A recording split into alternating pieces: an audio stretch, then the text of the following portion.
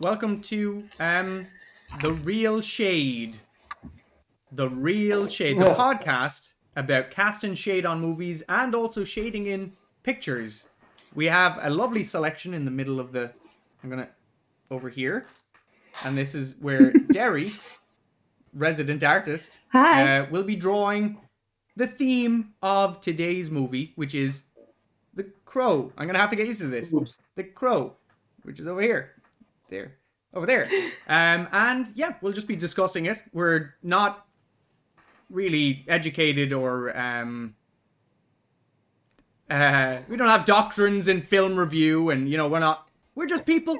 We just like speaking, and hopefully you'll have a lot to enjoy during the podcast. My name is Jamie. That's over there is Darren. Over I'm there is Darren. And like I said, up there is Derry. She'll be writing away and probably, jumping in for some comments every now and then. Like I said, we're going to be talking about The Crow, which is a film about a man that is really sad all the time and just wants to take it out on a bunch of hoodlums. Very straightforward. I won't give my impression straight away because I feel that I'll allow it to give other people a little bit of a chance to convince me because, this wasn't my pick. This was Derry's pick. This is Derry's pick. Thank you for I'm not blaming blaming me. you. I hadn't seen it in a very long time.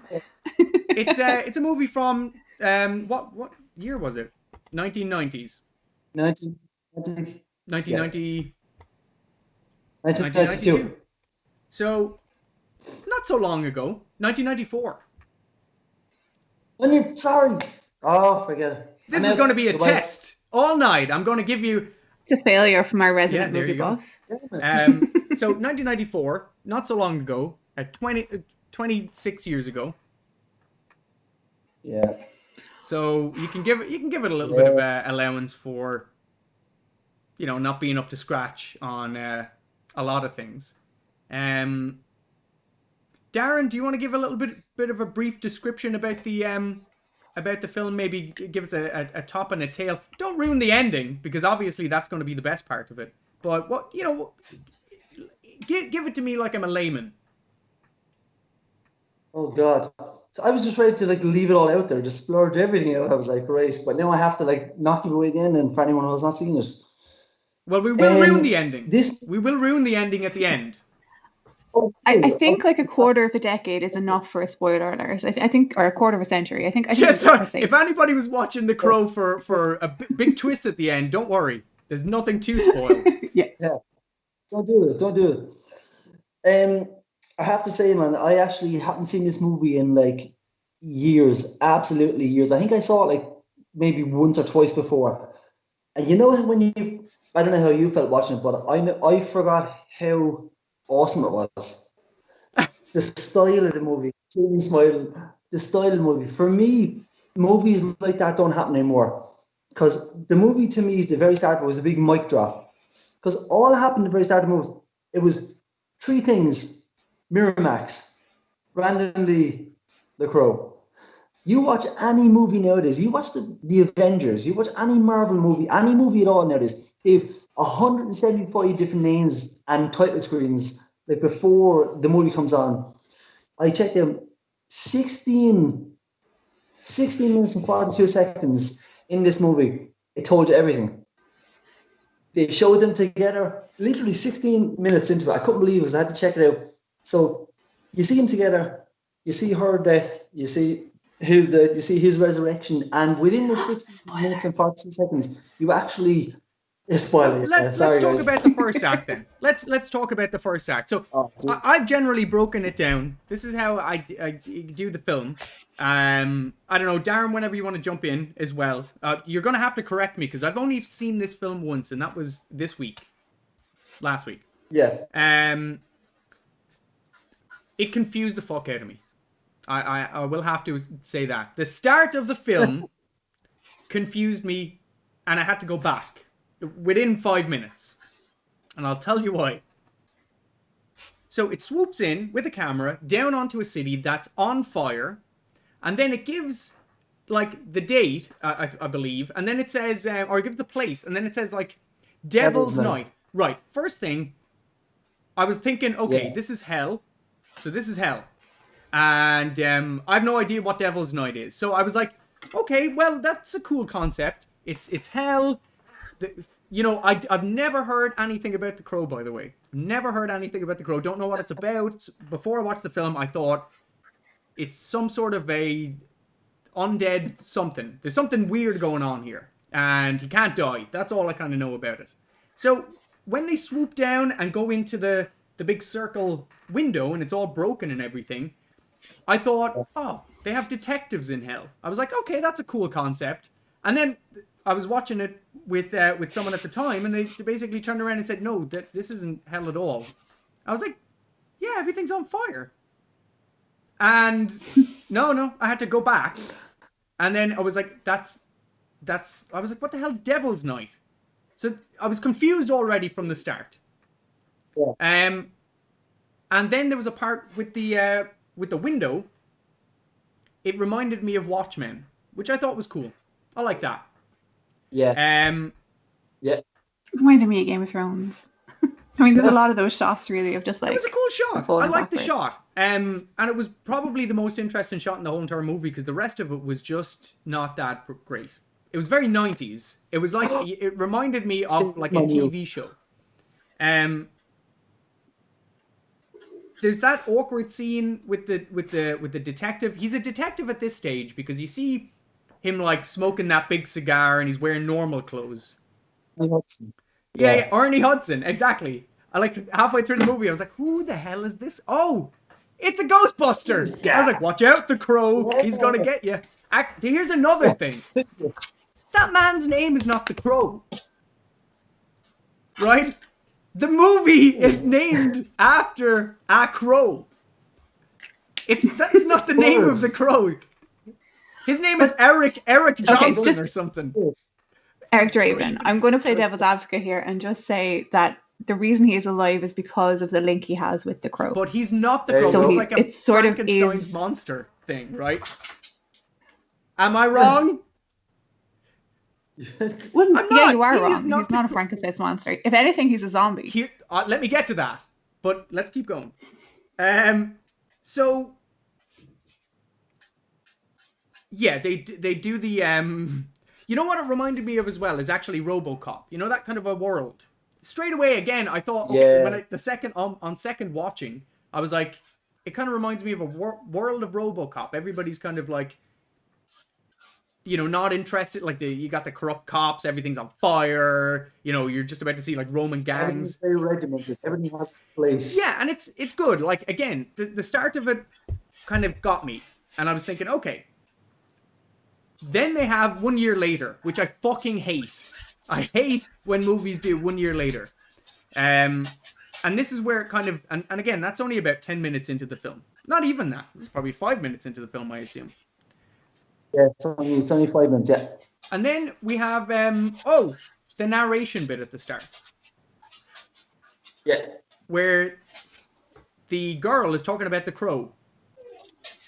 What did you think of that? What did you think of that little bit of a narration at the start with the girl talking about the crow? I loved it. It just brought me into... It immediately brought me back to nostalgia. It brought me back to nostalgia. It gave me nostalgia. You don't have commentary like that anymore. I thought in any other movie it wouldn't have really done it for her, but I think the fact that she was a crucial character in the movie, like I liked it. Like obviously... You didn't it's not that I didn't like it. See, this is a film where I would have liked to see a lot more of things fleshed out. And again, the start of it, there's not really a lot to talk about because nothing really, like you said, it definitely does explain it. You know, it's easy. You know, I know what's happening, but they just like within the 60 minutes they had everything explained. So the movie for me and every other movie that followed that shouldn't have been made, like it's all revenge stories. The whole thing is a revenge story. So they just wanted to basically get to the main point where he's going to just kill. Like near the whole movie is him taking out. It's like a Metal Gear Solid game. He's fighting bosses. That's like I actually forgot how much of an action movie it is. That's what it is, and I don't think it knew what it wanted to be honest with you. I genuinely No, I thought, agree with that. and it comes into it a little bit more, that someone was writing it and then they thought he was a superhero. And I was thinking, okay, Spawn, straight away. Spawn does the exact same thing. He comes back, he gets raised by the devil, and there's like a whole thing, backstory, and it's in hell. And it just drew me back to, okay, they're trying to prop Brandon Lee or Eric Drakis, or what is his name? Eric Draven. Oh, like, and Raven. Eric Draven. That he's going to be the superhero type, and he's going to come back for revenge, but also not be an asshole. Where Spawn was a bit of an asshole, but he was kind of like that, like, because his brain was racked, and like he's like being like wrapped with chains, and he's like this big bad thing. He's in hell. He's genuinely going to be pissed. But Brandon Lee's character just comes off a little bit like vindictive, and that's the bad revenge. You know, that kind of like.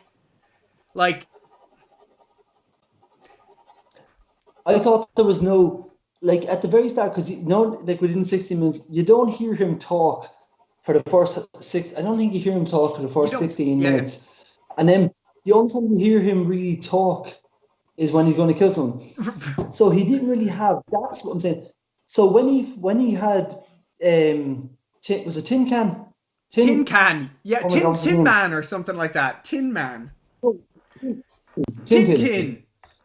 The black guy with the Tintin. Yeah, the knives guy. Yeah. So when he went to fight him, and I was like, this is the person who's actually really talked.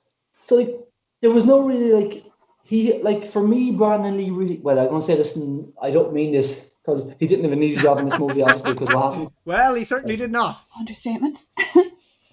From an acting point of view, he didn't do any acting really until he started killing people.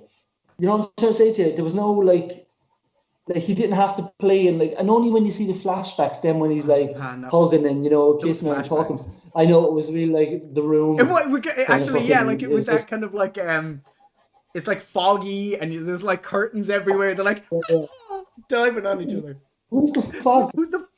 Where the hell is the fog? Why is it always wind? Why is it so bright and nice in his flashbacks, but when they come to like current day, everything is on fire? It's like when he was alive, everything was perfect. Well, that's very obvious sort of cinematography. It was TV show cinematography. It was like Dallas. It was also the 90s. It was poor. It was very 90s. Camera panned over. I thought like you were going to see like November rain happening over the corner of the flat. Yeah. It was like Ghost. That's just playing. Ghost when they're up in the loft as well. Like it's in the 90s, everybody wanted to live in a loft. That kind of a way. Everybody that was really poor could also live in a loft apartment. We're never going to be able to afford this. Well, to have some favors. That thing is like $400,000. Put a few favors. This is the part where you're kind of introduced to the idea that crows. Right, and here's another question. I got it from The Crow is a crow that has mythical powers. That comes back to dead people to guide them to wherever they're going to go. They don't tell. This is the number one problem. They don't tell you who sent the crow. Right? Is it God? Is it the devil? Is it like a River Styx thing? They just say crows in general do this. Well, it's like it's the balance. So it's like it says it to right the wrongs. I agree with you. It doesn't. I presume there's like graphic novels out there that explain what it's about, where the crow comes from. That's what I was going to ask. Nobody's actually read it, have you? Did it start off as a graphic novel? Okay. I haven't actually read it. I have it, but I don't. It's so poorly explained about the crow that I wish there was like a little bit more on what the crow was and what limitations the crow had, because it was just, you find out that it's just a crow. Honestly, it's not a magic crow or anything. It's just a crow. You know when he comes in, I'd never noticed it before, obviously, because I've only watched it like 3 or 4 times. But when he comes in through like the pawn shop owner, let's not get there just yet, because he's barely even resurrected by this time. The crow sits down on top of a grave and is like looking at the grave. It's like 1 year later, and you're kind of introduced to the skate girl. Yeah, Sherry. she's like a backwards cap, and Yeah. for the majority, Skater girl. kind of a skater girl. It's like, come on, officer, tell it to me Yeah, straight. but- Is she dead? It's like that, but they're not related. Very tough 90s Yeah. kid, like, Cool kids on the block. you know, it's grunge era sort of. So she's kind of introduced, and she's the one giving the narration as well. And obviously, again, it's kind of not really fleshed out, but I get it. These people look after this kid whose mom is a bit of a slapper. Hey, Abyss. she's like a heroin addict. She's like a She's fun a time fun girl. time kind of gal. So, I get that. Okay, that's setting up a nice little bit of kid being involved. Fair enough. He comes out of the grave like he literally just went in there a day ago. There's not a scratch on him. So again, what are the limitations of this crow? Is the crow healing? Or is the crow imbuing some sort of power on a dead body? Why? Here's another thing then. Why isn't the girlfriend also raised by a crow? I think you're looking for too I'm much in this movie, looking for an man. explanation. No, I'm actually, that's a very, Why isn't very the good girlfriend point. also raised? That's a sexist crow. And just live happily ever That's it. after. He's So damn And they emo, can I live think. forever. Oh, also, there's another thing. So, in my mind, there was no explanation as to how long this person is going to be undead for. But also, they're not undead. They look perfectly fine. Their face is perfectly fine. They paint it for no reason. Because they looked at a mask and went, oh, at one time I wore that. Yeah.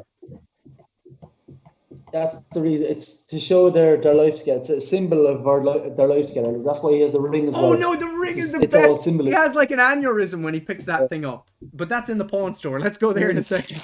That was the worst scene. The memories. So, and again, Not a great actor, but let's go there. Let's go there.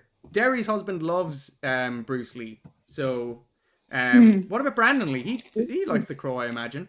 Well, I mean, the name. There you go. There you go. Yes. You know what? I think The Crow was at the point where Brandon Lee was trying to move away from everything that his father did. That he was trying to take on kind of more serious acting roles and not be so like martial arty, sort of pretty That movie muscle showed boy. him. That You try and move outside your box, do you? Blah. If you look at fuck's sake.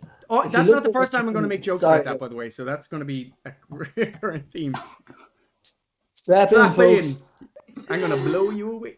If like I was gonna say, I can't remember what I was gonna say. Then you can just think about it. So Fucking hell. So anyway, he goes back to the apartment. Oh no, Oh, go yes, ahead sir. if you remember. Yeah. You look, I wouldn't think Brandon Lee was a great. I've seen 2 or 3 of his movies because I've watched like clips and I've watched stuff after. I want to see what else he's in. He looks like he could win a fucking Oscar when you look at the rest of these Crow movies and the Crow TV show. Like, oh my, like seriously, lads, I'm not even kidding with you. It was like, and what's worse is there was more money pumped into these rest of these movies than there wasn't because they had a very small budget for the first movie. But there was so much money pumped into this movie. But obviously, The Crow, like, as well as becoming a cult classic, it actually made a lot of money in the box office years ago. But like the rest of these movies were just so bad, so bad. Sorry, Jamie, go on. I'm You're going off getting all track here, sad sorry. about the rest of the Crow films. How Oh, right? dude. And we'll get to that near the end because the ending is a Yeah. whole other bottle of crows. So Yeah. So he's very sad. Please tell me that song isn't Morrissey that's playing in that scene. Oh, isn't it? It's not The Cure, is it? It's one of definitely not those, The Cure. It's like Morrissey, like Depeche Mode waving type. his flower around. And I was like, this It's not Stone is it Roses. Stone Roses. I've never listened to Stone Roses, so I don't really know. Did anybody like look up the soundtrack? No. No, because I thought you guys would know. Anyway, the It song was it was so familiar to me. cringy. It was, and here's the next thing. It's like, okay, you want me to believe this guy is a superhero. He doesn't really look racked by guilt at all. He has about 2 flashbacks where he's like tumbling with this girl that never speaks. You never really get to who the hell is this person. That's never really expanded. It's just like, oh, he had a really good looking girlfriend. Don't you feel bad? Sure. That's the Is it- Cure. Was it the Cure? The Cure is like, yeah. It Burn. was so It was was so on like the really sad, and he puts on the makeup. Here's the first thing that I got from it. Now I know where the Joker came from, because that man is the Joker, and you see it throughout the whole entire film. Yeah, I was going to bring that up. I think like Heath Ledger took an awful lot of inspiration from A massive Crow. amount. The way he walks, even the 2 lines on the side of his face, everything. That is the Joker. Yeah. Because I have actually done a portrait of the Crow before, like a Brandon Lee as Eric Draven, with the white makeup and the eyes and stuff. And every time I look at it, I'm like, it just looks like Heath Ledger. It just looks crazy. Like Heath Ledger's Joker. He took that from Tom Watts. It's the way he talks and stuff. You ever see Tom Watts? Who's Tom Watts? Oh no, Tom Waits. Tom Waits. Yeah. Sorry, my apologies. Yeah, Tom Waits and the Crow. So like he took from both of them. The mannerisms are the Crow, yeah, like absolutely. Like even the laughing and again we'll get to that, but I think it was much better done in Batman. Like you could see what Brandon Lee was trying to get at, and it was just not. And it's probably a directing problem, because it just wasn't. There was like so many bits when he was in and out of this really whiny character, and he was sad, but I didn't feel any emotion because I didn't know his girlfriend, and he lived in a really crap place, and he was a band member. So I don't get. Yeah, that's a really good point. Actually, you don't get to relate with why he's going through, because all you know about the girlfriend was that, you know, that really quick She's good flashback. looking, and they were in bed a lot. So yeah, you don't get like, oh, he must be feeling so much pain. It's like, yeah, we could just be like are we swearing on this? I swear a lot. Say fuck buddy. Okay. But that's it. Like, how do we know she didn't just meet him like 2 weeks ago? Like, is this like one of those like flings? Like he's a band member? Like, yeah. Like, there's no pictures of them together, is there? Like, I've never. Maybe there's 1 or 2. It seemed. Like, I think you relate more with Shelley. Yeah. For the camera, Shelley. Than you do with why the girlfriend. Sarah. Huh? The kid. The kid. You remember the girlfriend or the kid's name is Sarah. Shelley's the girlfriend. Yes. Yeah, sorry. Yeah, the kid. Even at that, like you don't really. That part was never explained, that the mum was like absolutely the worst mum ever. That's until like halfway through the movie do you see her acting like injecting heroin and everything, and even at that it's like over and done with. We'll get to that. But it's just, I wish there was more fleshing out in it, and it's just kind of, they rely, when we were talking about Beetlejuice, that we never recorded because that was a pilot, but when we were talking about Beetlejuice, I'll explain a little bit because of it. There was stereotypes heavily all over that film, and they relied on stereotypes in this film, but not good ones. TV daytime show stereotypes they relied on. The badass cop that was like a detective for 2 seconds and now he's a road cop, that some guy doesn't like him because he's annoyed at him or some stuff. Like, some of this stuff is like, you have the stereotype, now push it home with the characters, and it's just like, nope, the characters are 2-dimensional all the time. So, yeah, like, and then at the end when he's standing by that window, it's the cringiest thing ever, because he's like, and again, this is like early 2000s, you know, those really skinny jumpers, like everybody wore, and those skinny pants. He's like just standing there like a model. I'm like, okay, I need to take you seriously here, Mr. Eric. I'll knock at your Draven, Mr. Draven. So there it is. That's kind of Act 1, And then I think you see the crow flying out then. Am I right? The act 1 is kind of over, but we're about 17 minutes in, 16, 17, 16 seconds. And this is when you're kind of introduced to his skills, I think. Is it like what part are we at now? I have the quote child molesting down here.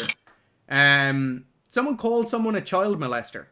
I think they're in the pawn shop at this part with Tintin. The pawn shop. Tintin calls the pawn shop guy because he wouldn't give him. It's so weird because even the arguing, your man just comes out like there was no build up to what he called him. There was no like. Child molester. The man says he says something, and the man says, "Fuck you fucking child molester," and your man says to him like, "Okay, leave it there." Your man says, "Close my door." I'll close your fucking door. It's so bad acting. And then he's on a street, but he cuts down for no apparent reason into a dark alley, and there's no people around this trash can that's lighting on fire. And he just another trash can lighting on fire like a hobos. But they didn't even get the stereotype right. They were like, something's missing from this. Hobos. We need the hobos next to the flaming can. The one thing I have to say is, when he's running, like, that I loved, it was very, very, like, 90s superhero. Across the building. Like, Dark Man and, it's the way, exactly, like, old Michael Keaton kind of Batman, when he's running and jumping across the buildings, like, it's, you clearly know it's a fake fucking background, but it looks done very amazing. Well, and I actually do have a part, because the bird starts flying at this part, kind of comes out, and you see the model city. So you can see that it's a filmed bird on top of a model city. And it's done pretty well. And I'm not surprised for like 1994, because they could have hammed it up kind of at that stage. CGI was kind of enough, and it was dark enough that you could maybe get away with it. Yeah. But I'm glad that they did the practical effect of the model city. That was not too bad. And then you get to learn, like, okay, so at this point he's kind of like, okay, what are the superhero skills? So you have him running across buildings. He can see through the eyes of a crow, and that's about it. He can sense, he can sense, and he's immortality, not forever. Yeah, and that's very subjective as well, I think. But he does this. Actually, you're very right, Darren. Right then and there, you find out that he can't be hurt, because what he does is he falls backwards off of the building and just lands on his back and starts laughing. He does big Jeff Hardy swanton bomb. Woo! I thought it was the best thing ever. I was like, that was the most amazing thing ever. And then the rest of the movie happened. I see. That's the thing. Like they're doing it in a way that is fluid in terms of explaining his capabilities, but they just don't do it well enough. It's like, yeah, he can jump across buildings, but it's like, but why and how, and is he dead? I thought he was a ghost. Is he a ghost, or what's happening? But I think they could actually play it up to his martial arts, rather than trying to step away from it. Maybe if they had actually leaned into it, they should have made him like and made a famous. Oh no, because they'd have to make him a guitar player, because for some reason he has to be like this guitar player. They could have made him a martial artist or something. Very like New Romantic. No, because it was that old, like, fucking early 90s, grungy, like, New Romantic and The Cure, it was that, like, with the long hair, and even the band name. But even the band's name was like, Hangman's. It was like Hangman's Noose or something. Hangman's Joke. Was it? Hangman's Joke. Yeah. Hangman's Joke. But it was like, and like he's, they're all, and even he's the only one that's like this, like deadpan face. But like sitting on, like, there was no reason for him to be. He's just sitting up on the top, like in sorrow, playing the guitar in an amplifier. I'm like, it was it was just stereotypical fucking. But they didn't want to. I don't think they wanted to really take time to explain anything in the movie. They probably didn't have enough time, but those flashbacks really ruined it, because they could have taken all of those flashbacks and stuck a proper start to the film. All of those flashbacks were like needless, to the point where I was like, I'm basically seeing the same thing again. It's like The only reason they're putting that in there is so that he just doesn't look like he's having convulsions for no reason. Because But you that's look at it like like that. It's yeah, like, what's he you doing? said Spawn, and Spawn's the exact same thing, because the very start of Spawn is where they go into the place and it gets blown up, and it's like Martin Sheen is like, he realized that it's like he's been set up. It's the same. There's no explanation, and then through the movie they give you flashbacks and little bits and pieces here. They did it better in Spawn, I think. Well, and that was a pretty bad movie because they did a lot of bad things, and that's one thing we should chat about that movie. But I love Spawn. they went over the top with trying to explain things then in that film. They were like really going into it, and they had places and things not making sense, and yeah, that was a whole other thing. But like, I could see what they're trying to get to. When was Spawn? Spawn movie. 1990. You can find it there. So the film was in 1997. Oh, I was a year off. So it's like 3 years later, and you could see that idea come through. That was a comic as well, so you know, obviously it's a theme. Yeah. So when he finds this Tintin guy, I'm like, okay, it's a revenge story then. Like it was very obvious, kind of, that's what it was going for. But again, he just kind of goes from waking up to knowing exactly where this guy is.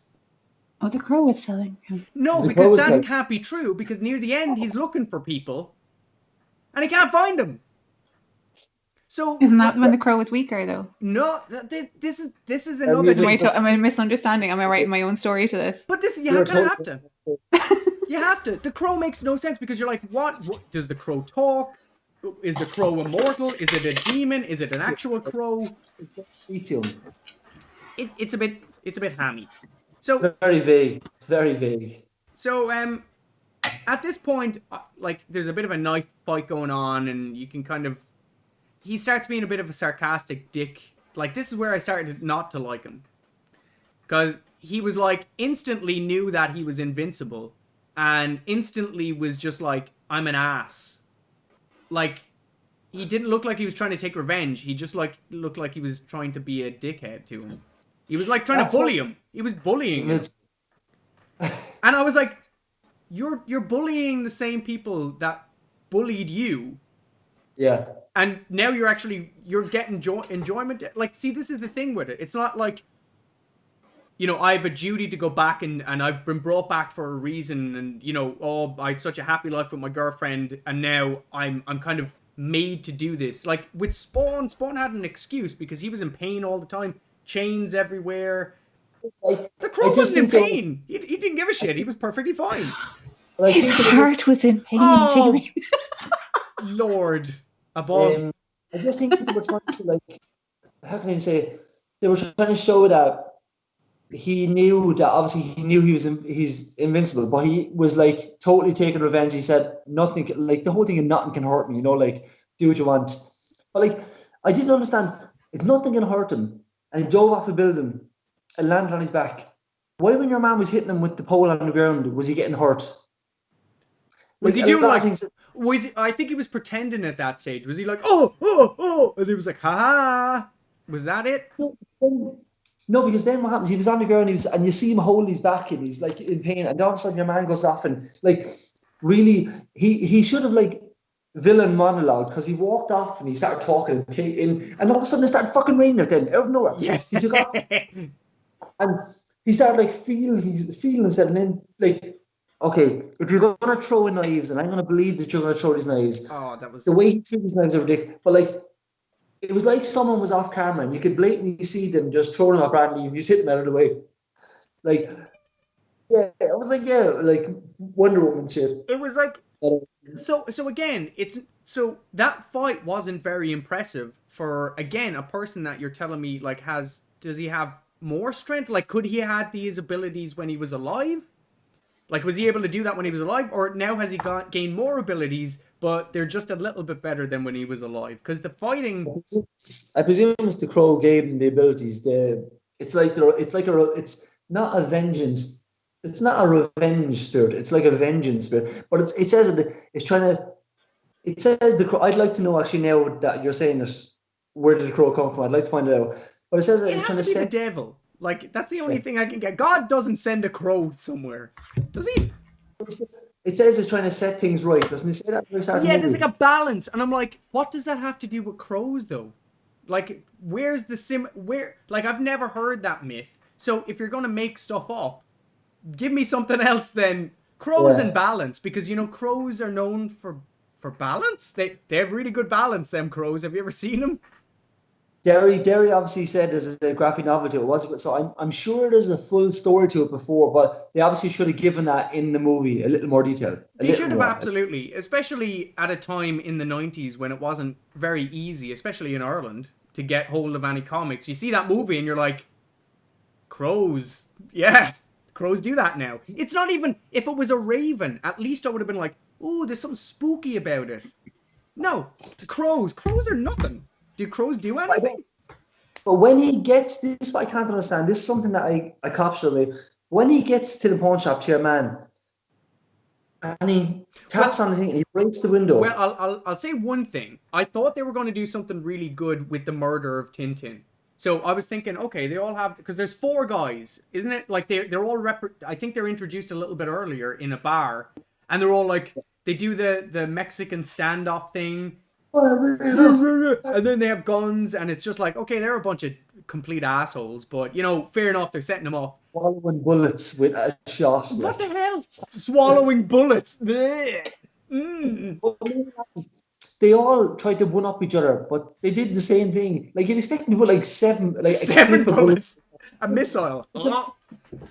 Your man like put out your man and stopped. He's like, wait, and then took one bullet. I was expecting him to like put another one, but he was like, like there was no up in the game. I was just fucking stupid. Like, but again, yeah, it's like one of those like, how do we show the audience that these are good chums, but they're also trying to one up each other? It's just like they do a thing, ra da da da da da, hooba dubba dubba, and then swallow a bullet, and then it's like the waitress comes along, not explain that that's your one's daughter or mother. yeah, that there's no explanation there. Like I didn't tie that in.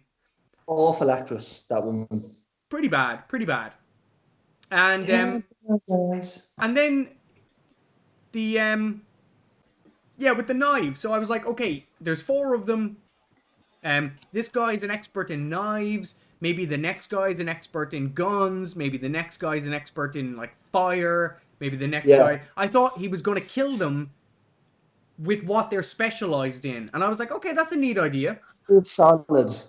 That would have been cool. Like, okay, like you love knives, I'm gonna kill you with knives. It's like, okay, that gives me some theme to work with this Eric Draven guy. I'm like, okay, fair enough. That gives him a motive. No, he's just a bully. He's just a bully all the time. He reminds me of like neckbeards. Honest to God.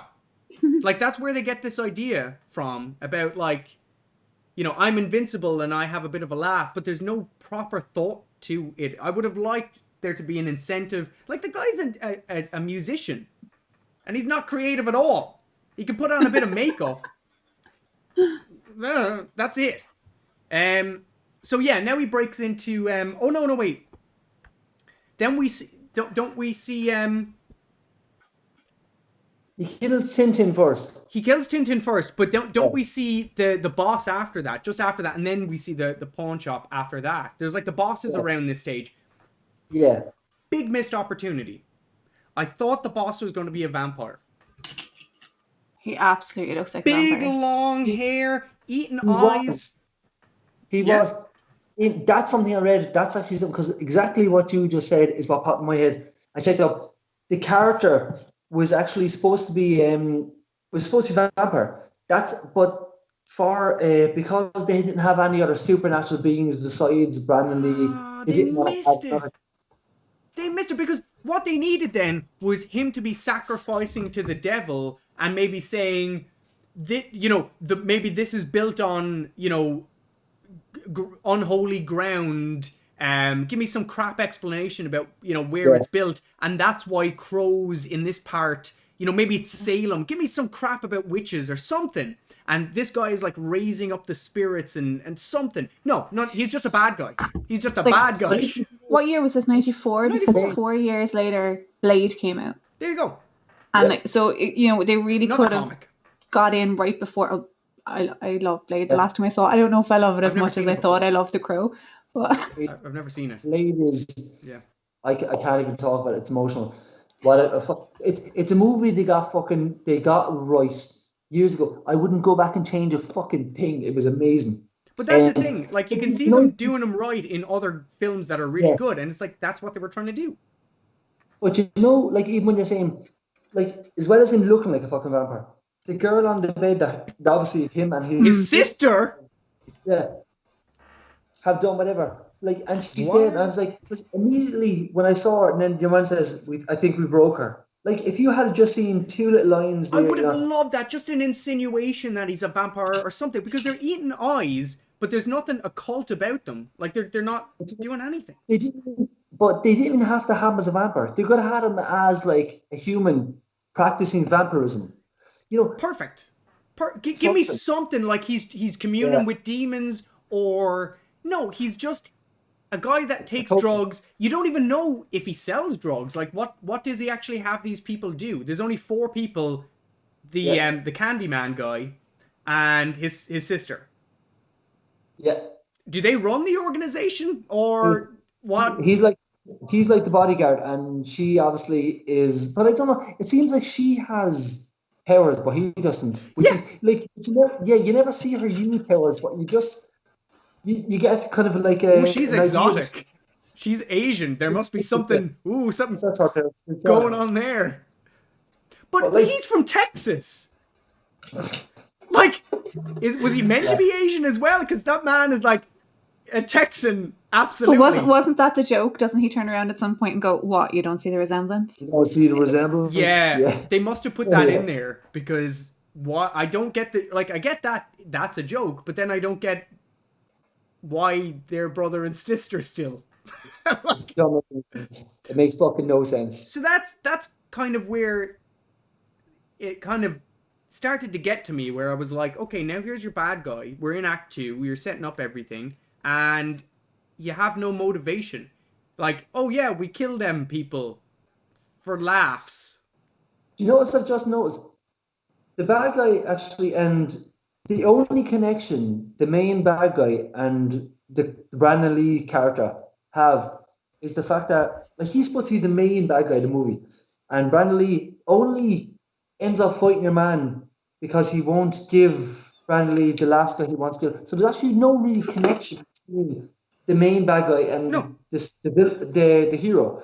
It's just the people in between are more important than the main villain, which to me is fucking so surreal. It's so weird. Because the main villain is like, and he does say to it, it's like, oh yeah, it's Halloween, and this is what Devil's Night is. They haven't even gotten to it yet. There's no pumpkins.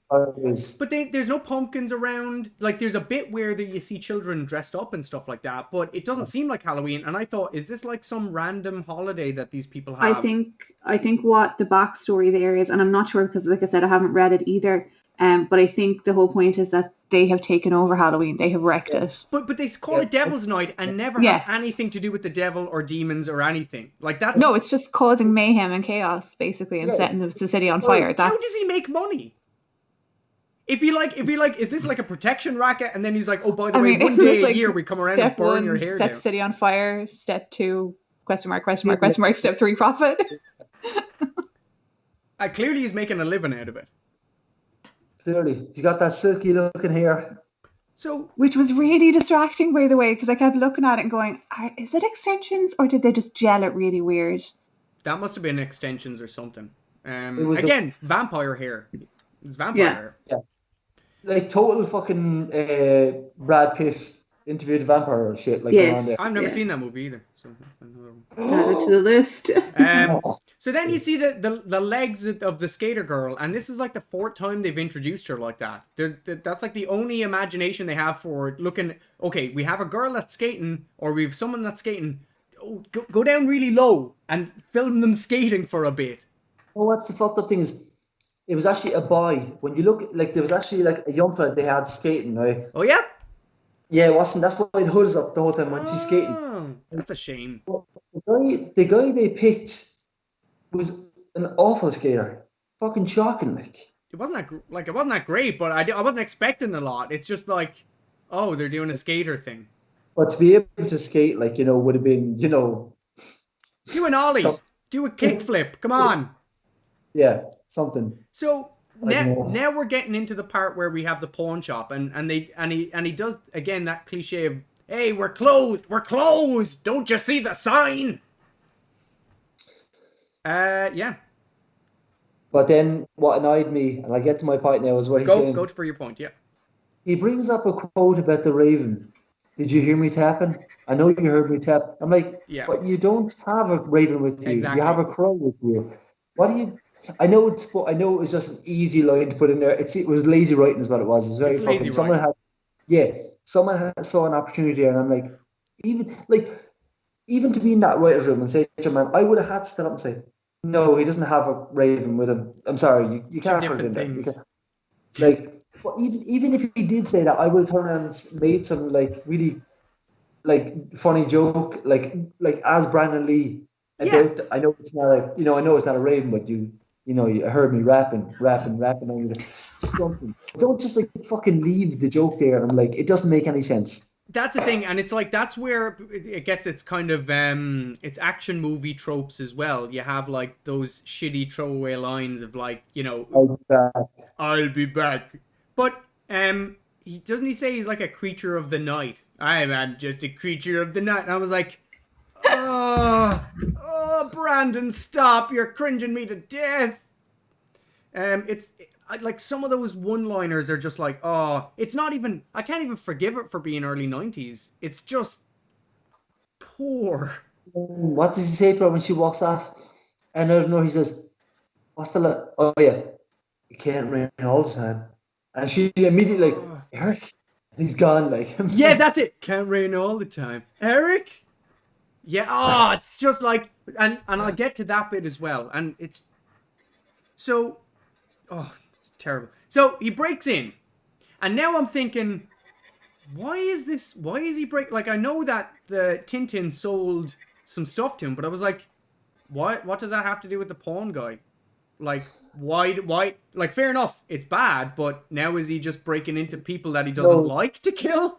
Looking for the ring. Yeah, but he literally breaks into your man's. Like, he couldn't come along in daytime. Oh, he could have. He could have walked in there and went, like, I'm going to threaten you, give me the ring. But no, he just, like, breaks in the door and, like, beats the man and, blows up his shop. Blows up his shop! Where does he get the shotgun? Is it from the pawn shop? Yeah. Right. So he gets... But it's like, with the shotgun of rings, like, I'm like, is that even fucking, like, you'd have to have a bullet. I don't get it. It makes no fucking sense. But look, but he shoots like the pawn guy shoots him, but he's like, shit on me. He's like, what the hell? Like when he's like, ha ha ha ha, I'm invincible now. He goes and has an aneurysm over the ring again. Like none of the other flashbacks in the movie need this ring to bring back memories except for this part. And he's like, oh my god, I remember the ring. The ring! I remember! He's like, oh, my precious. But so, again, it's like he has a thing about pushing authority around. He's like, I don't like you. I'm a rebellious teen. And that's all I'm getting. Up until this part, I'm like, he's just a bully that is kind of crap. Give me, what do I have to look up to about this guy? Like, I think you're expecting too much. I am expecting too much. I think that's how the way movies are evolving, like proper movies are evolving. Like you look at movies that were out back then. Before that, like Star Wars was out in fucking 19. Yeah, but they could do I don't think the excuse, because I've watched movies that are back in the 40s that could develop a character. My point is, I think it's Darren's right. I think. Like, and you're not wrong for wanting to be like stuff to be explained, but I think the way the movie is, and they didn't. I think they thought they didn't have to delve too much into the character because. But I don't agree with it. I think they should have given more than they did.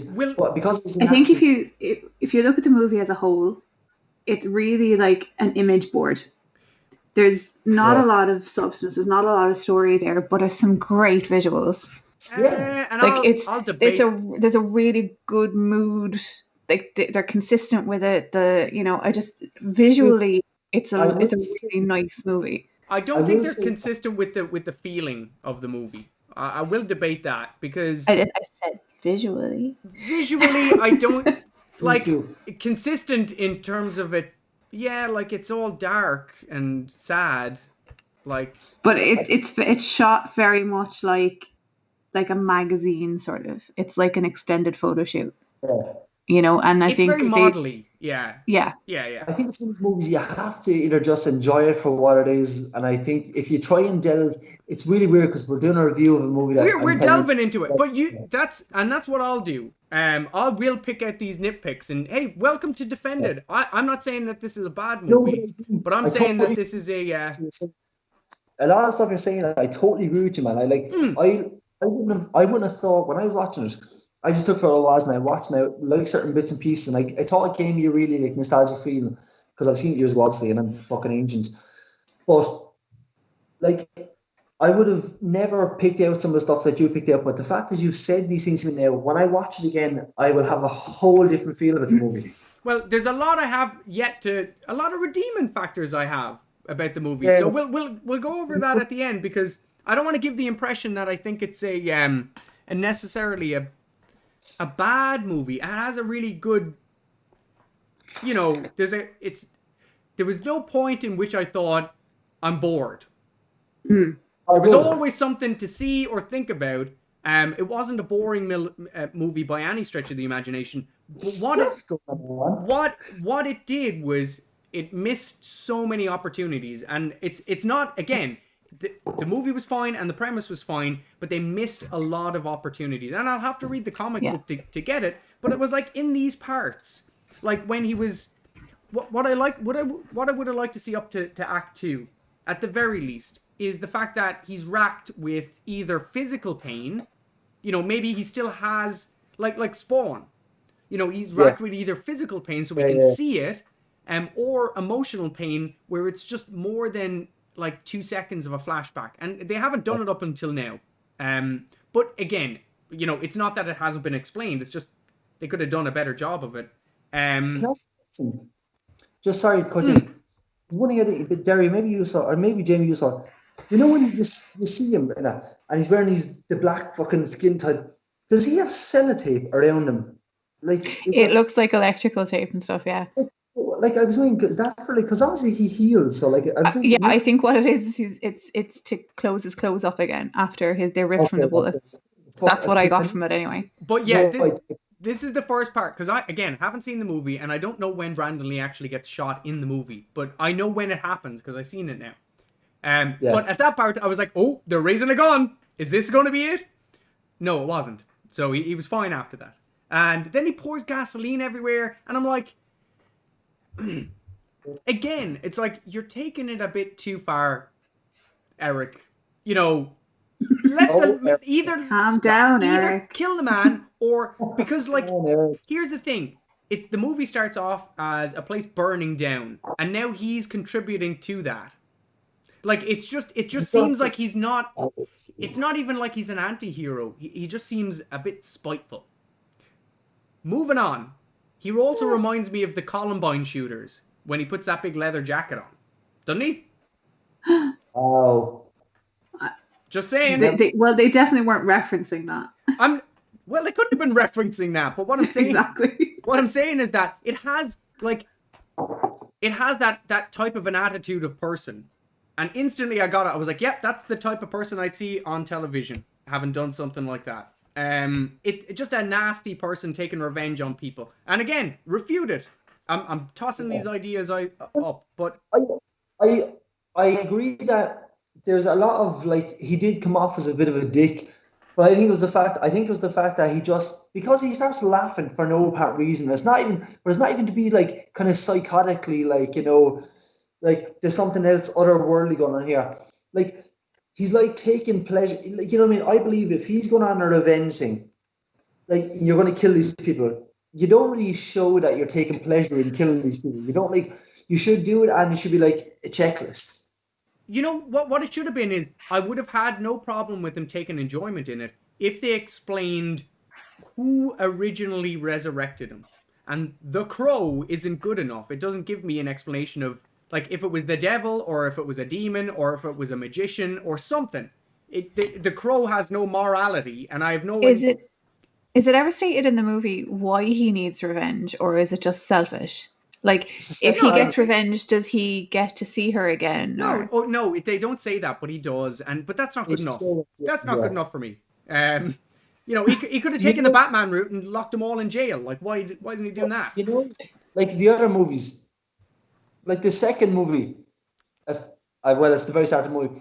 Like none of these movies are the same crow, the same guy. It's a different guy all the time, is it? I Each, wondered. I was like, why is he coming back? so, yeah. Why is he? That's what I'm Oh, thinking. actually, I forgot a guy. He was in the corner watching all the stuff happen. I have to get him. But then the start of the second one is his son and him. This guy gets brutally murdered. Like, but you see, it's kind of very violent for fucking back then. And obviously, he comes back to revenge. And then you have the same in the third movie, and then it's you know what I mean. They didn't need to do these many movies, but So it's just if they, I would have liked, and again, maybe they didn't have that in mind when they shot the original Crow, because they probably wanted Brandon Lee to be in the rest of them, and maybe had yeah. to retcon it. But that sounds like a perfectly valid thing. Like, you know, the Crow isn't like the Crow resurrects all different types of people, and you know, I guess that was in the narration at the start. It's just I would have that would have made a little bit more sense, but then You want a little bit more. Was it I just need just a little something. bit more? I just need Yeah. something to give me a little bit more, because he's doing stuff that doesn't make sense to me for a person that wants to take revenge. He's like being evil about it, but then 2 seconds later he's like a really nice guy and sad and poetic. I'm like, where are you drawing the line here? Like, are you actually mental? Like, were you like this before you were murdered? Because I never got to see him before either. Like, were you actually Well, this mad beforehand? because all you see him before, all your flashbacks and all the things you see, like I think they did that. Like bar all the fucking cheesiness and all the cringiness, and like it's always in a fucking Are like they the like flashbacks. making eggs and like, hey, eggs and bacon or something? Like, it's just The like, flashbacks were like all red. I'm like, why is it just red lighting on everything, no yeah, matter what they? sensual. But but I did like how like they just those little bits showed me that they could have, like you're saying, they could have really given a nice start to that because the two of them together seemed lovely, and you know it was a really like fucking like rock star, you know, and he's true love, and It you could know have been they like really could. she's like in a gig or something like that. Like, maybe it starts off with her, or maybe it starts off with the crow swooping down, and that's like an introduction to it. And then she's like at a band with her friends, and then Him he taking calls her out of the calls her crowd and up, stuff. and then it could be like swish, like the crow could come in, swoop to another scene cut, and it's like 2 months later, and they're having dinner, and they meet the bandmates or something. Like, give me a little bit of meat. Get all He's the to flashbacks write a out. movie called The Raven. The Rave, actually, there is also the film The Raven. I seen it last night with oh, Vincent Price and Boris Karloff. Boris Karloff, Vincent Price, Nicholas, Jack Nicholson is in That it. must have been a crowded room, Jamie. It was a great film. It was like 1950s, 1960s. Very good. Anyway, No, I said it must have been a crowded room. You were like, I was watching with Vincent Price. oh, with And Vincent Price, Jack. a lot of drugs, a lot of drugs. So, but when the pawn shop blows up, great Yeah, explosion, fantastic explosion, very well yeah. done. So that's the only compliment I'm going to be able to give for Act But you know Two. what I liked about the explosion? They actually had a dummy instead of like having no one stand there. Because when he does blow up, you see him stand inside the door. They actually placed a dummy at the door, so when they did blow up, and in the shot, you see him standing there. So at least there was It looked good. and those little attention to details. Like I'm like, why did you not do more of those in the fucking? You know what I mean? But that's, I feel like the director, who was the director in this film? Who directed this? You know, Who directed The Crow? The Crow season 4? No, not The Crown season 4. Alex Alex Proyas. Proyas. Okay, and who else? Proyas. Yeah. So who else? What else did he direct? And then maybe that'll give me iRobot, and that's all that I can recognize. Oh, Um, Gods of Egypt. Yeah. Well, that just says a lot. So Dark City. Dark City. Yeah, I've heard Uh, about that. Isn't that Stephen King? Or Dark, No, I think that's Dark Tower you're thinking oh, of. that's what I'm thinking of. Dark Tower is, yeah. Dark City is. He won like. He did win or got nominated and stuff like that, but Yeah, he's done a lot of like short films and stuff. He done more short films than he did is like. He's done music videos and stuff. yeah. Yeah, like all his music videos that he's directed are like from like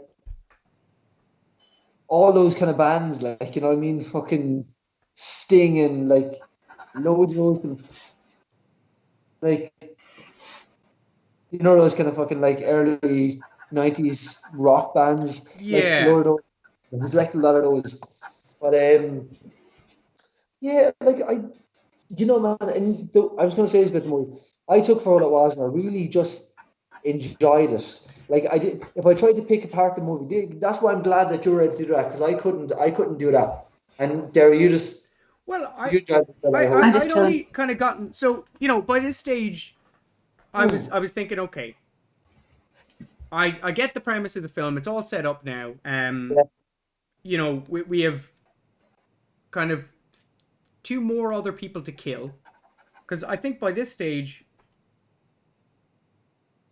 Tintin and the pawn shop guy was still alive. yeah, but he gets killed by the vampire. Well, No, that's later on. Yeah.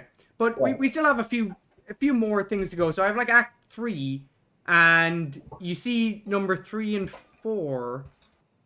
Hang on a second. Was there only 3 guys? There was Oh no. Yeah, no. Sorry. The second guy is in the bed. the no Michael Massey. Michael Massey is a massive part of this Fun Boy. He's a massive part of this movie The for guy that looks obviously like reasons. Kurt Cobain. Yeah, he's the guy who accidentally shot Brandon Lee. Oh, was it that part? Was it? You know when he puts his hand up to the bullet, Yeah. it goes through him, and you see it then. I'm after watching like a documentary on like it was basically like the horrible histories of movies and what happened, the cursed films. It was basically the curse of Brandon Lee, but it was there's a whole thing on it. The bullet was your man stopped acting for fucking years, like Wow, I over wouldn't be what surprised. happened. Like, because they obviously was. I can't remember what happened. I should have looked more into it, but like basically when he obviously shot the gun, Brandon fell down and he didn't get back up, and There was supposed to be blanks in it. I thought it was much later in it because that's near the end of it. But They mightn't have shot chronologically though. so yeah, which part are we up to now? Because where he jumps into Funboy's room. No, is it? yeah, because there's he goes to your one's house or your man's house. He gets in the window, and they're like shooting up in the bed. Yeah, that's Funboy. That's this part, isn't it? Yeah, and when like Derry was on the visuals. You know, when he walks in and he starts, here Funboy. You know the whole thing when he does the light, just the fact that he looks up and he passes it with his head and goes past it. Like even the little visual, but like even what annoyed me is Michael Massey is a phenomenal actor. And when Brandon Lee is such a bad actor that he made Michael Massey a bad actor. Because when he kind of went close to the bed, and your man had to react and say, "Hey, don't fucking do that, man! You're gonna give me a fucking heart attack." Like the acting was so bad, but it suited this movie. It was, well, yeah, like again, that's kind of like the acting wasn't really a problem for me because it all came off like a daytime TV kind of a show, so it wasn't that bad. Well, I can't really talk about acting now because I've won so many fucking Oscars and BAFTAs and IFTAs and Yeah, well, we watch films enough that we can comment on that kind of stuff. So it is that part afterwards. So they're in the bed and he goes into your one in the bathroom, and he like drains heroin out of her. Yeah, because he's like magical Jesus. Like he does this little Bible thing, and again that confused me. I was like, right? Is he religious now, or like again, is what's his deal? Like he drains heroin out and goes, go back to your child or some crazy stuff. Well, he basically wanted. He helped her because he wanted to help Sarah, and he was like, that's why he says to her, go back. Yeah. Look at me from this movie. He just says, you have your daughter's downstairs waiting for you. But like, what I didn't get was, your man, he was shooting off fucking heroin with your one, and then he gets shot in the leg. He passes out. Hang on. Before this, is it does the police officer not come along when he's on the street and the whole place is blown up and then the fire brigade and everything? That's after the pawn shop, yeah. Yeah. So that's when he first meets the police officer and he does like a little bow to him. Yeah. And yeah, because the police officer has to see him. So I think that's before he goes up and kills the second guy. Yeah. The Kurt Cobain guy. Yeah. So, but he does this little bow and he's like, "Milady," that kind of a cringy, like, why are you bowing to this man? And then he does the Batman thing where he just disappears and he's like, "Hey, you better not leave. Hey, where'd you go? Huh?" And then we're back to the boss again. And I think the police officer is looking at photos of the band member. Yeah. He draws on your man's face, yeah. Does he draw on his face? Because I thought his police officer friend comes along and gives him a photo, and she's just like, "Don't tell him I did this," and it's like a face of him painted. I'm like, who did that? He draws with a Sharpie. Oh, He just like trying to put it together. Who your man is, because he looks so fucking different. Like Einhorn is Finkel. Finkel is Einhorn. Oh my God! Eric Draven is the Crow. So gun is sticking into my hip. So yeah, he goes so the second murder. So he kills your one and then sends your one off and goes, "Get out of here, you heroin junkie." And then he carries a guitar around everywhere from this point on, which is for visual purpose. Yeah, which is just I guess that's his magical guitar or something like that. It's a bit weird, but it's supposed to be a little thing from his previous life. How did he get shot in this bit and die? Because the practical effect for the hand was awesome. All of that. When he raised the hand, he's like, "Ah!" If you look at that again, you'll see that it's a fake arm. Obviously, it is a fake arm. Yeah. But for back then, it was fucking mind blowing. I thought it was really good. I thought that part was really good. The practical effects in this film are actually not that bad. Yeah. They shot like they do in most movies. They shoot the very end and they shoot backwards. So they had most of the movie. Probably 68% of the movie shot. Yeah. So they had all these dialogue and stuff, and they had obviously they had reading and stuff. So they had to fill it in with audio, and they did loads of stuff too. But to finish that movie, the fact that the actors came back, after he died, finish the fucking movie. That's dedication, and that's that must, because they weren't going to finish it after he died. Obviously, he was going to shut down production, but they didn't, and they kept going, and they did it. Just so we could sit here and comment about it. Yeah, look, 20-something years later, we're still talking about it. You know what I mean? The Crow was one of the most iconic fucking faces, pictures, characters ever. You could fucking Sting for WCW. Yeah. He built the whole character, fucking, the Crow. But I wonder why. There was nothing redeeming about this character. There was nothing that I thought was. I was like, yeah, at least he did that thing. I'm like, just cool, Jamie. Yeah, I think, like I said, it's just intensely visual. Yeah, but it was, not for me. Not for me.